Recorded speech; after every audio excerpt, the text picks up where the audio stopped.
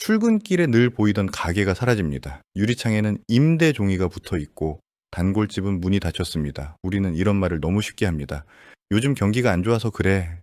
그런데 지금 벌어지는 일은 단순한 불황이 아닙니다. 장사가 되는 규칙 자체가 바뀌는 중입니다.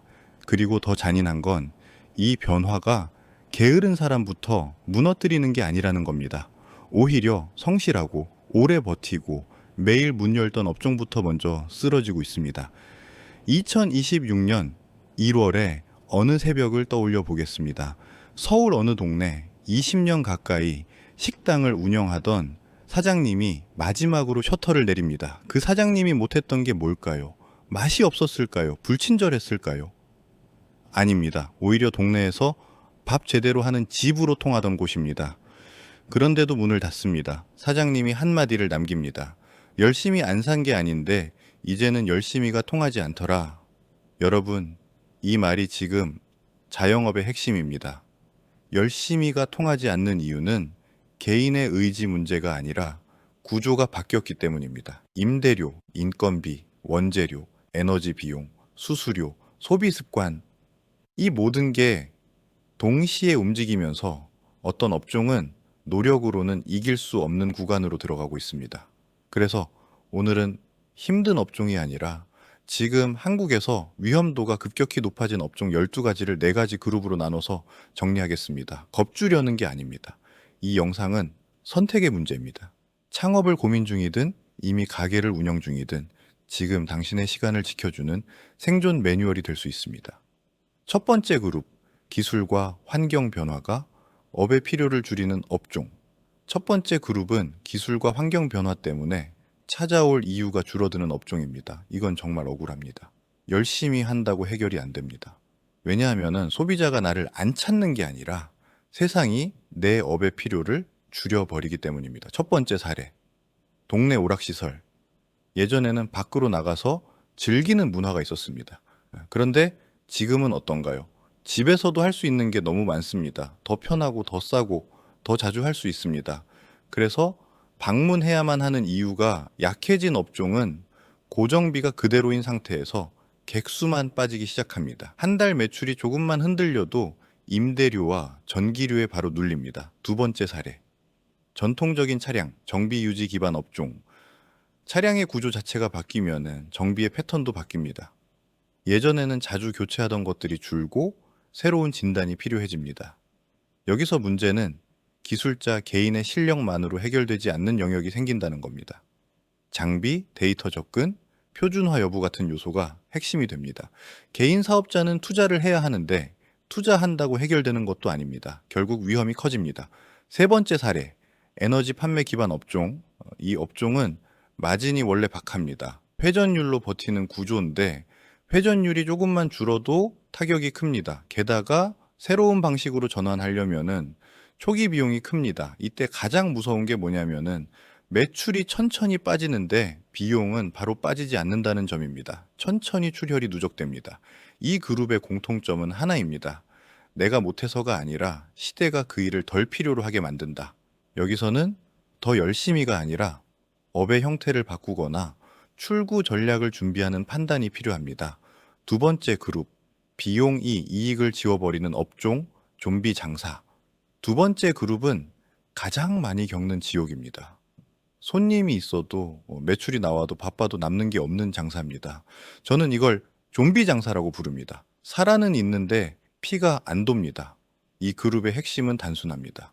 비용 상승 속도가 매출 상승 속도보다 빠릅니다. 대표 업종을 3개만 잡아보겠습니다. 첫째, 단가가 낮은 소형 외식, 분식, 간편식. 둘째, 에너지, 집약형 업종, 목욕, 세탁, 열을 쓰는 업종. 셋째, 운송 이동 기반 업종, 화물 대리 이동 노동.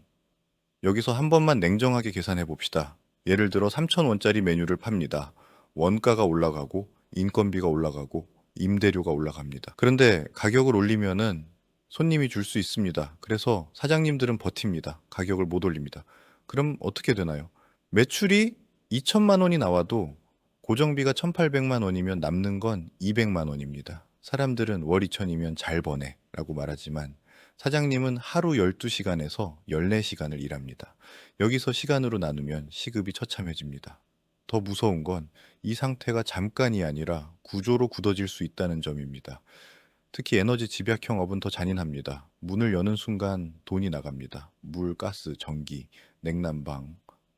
그리고 그 비용은 계절과 관계없이 꾸준히 요구됩니다. 객수가 떨어졌다고 보일러를 끌 수 없습니다.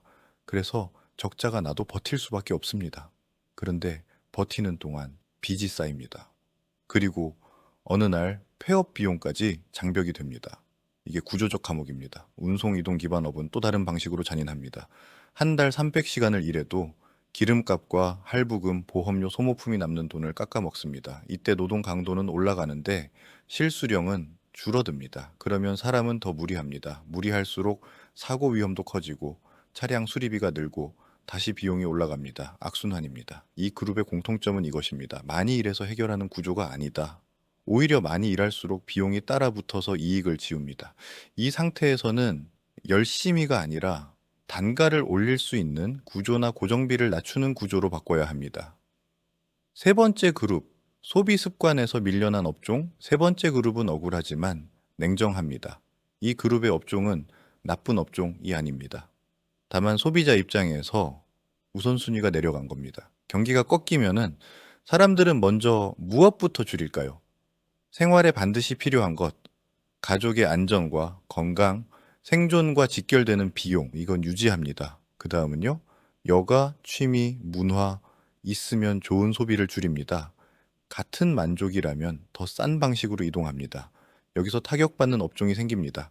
대표적으로 오프라인 콘텐츠 소비, 방문형 문화, 고비용 레저, 장비 구매 의존형 취미 매장, 이런 것들이 흔들립니다. 여기서 중요한 포인트가 있습니다. 사람들이 그걸 안 한다가 아닙니다. 그걸 하는 방식이 바뀐다는 겁니다. 예전엔 한번 즐길 때 큰 돈을 썼다면은 이제는 같은 돈으로 더 자주, 더 효율적으로 즐기는 방식으로 이동합니다. 그러면은 오프라인 매장은 무엇을 잃나요?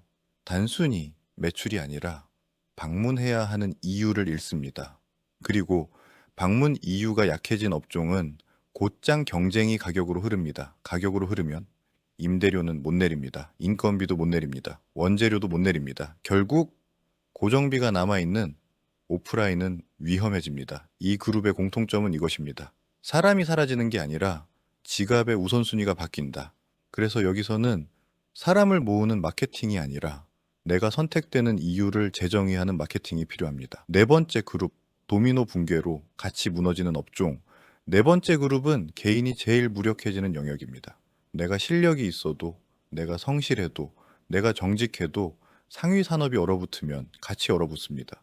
대표적으로 거래량에 의존하는 업종, 시공 리모델링 같은 연계 업종, 가구 인테리어처럼 주거 이동과 연결된 업종, 도소매 유통 구조에 묶인 업종, 이런 업들은 서로 연결돼 있습니다. 예를 들어 거래가 줄면은 중개가 줄고, 중개가 줄면 이사가 줄고, 이사가 줄면 인테리어가 줄고, 인테리어가 줄면은 가구가 줄고, 이렇게 한번 흐름이 꺾이면은 도미노처럼 내려갑니다. 이 그룹이 왜 무섭냐면은 노력으로 뒤집기 어렵기 때문입니다. 개인 매장이 아무리 최선을 다해도 시장의 파이 자체가 줄어드는 구간에서는 좋은 가게가 살아남는 게 아니라 현금이 오래 버티는 쪽이 살아남습니다.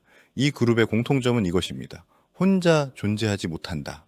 그래서 여기서 중요한 건 더 열심히가 아니라 리스크가 올라가는 신호를 빨리 감지하고 대응 속도를 올리는 것입니다. 여기까지 들으셨다면 이제 감이 오실 겁니다.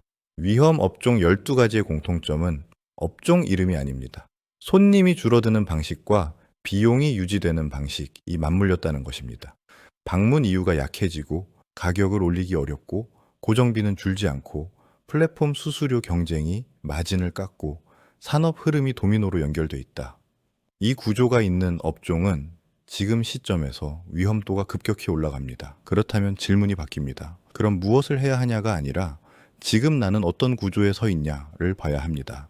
지금부터는 여러분이 당장 종이에 적을 수 있는 체크리스트입니다. 창업을 고민하는 분도 이미 장사하는 분도 똑같이 적용됩니다. 하나, 내 사업의 순수익을 시간으로 나눠라.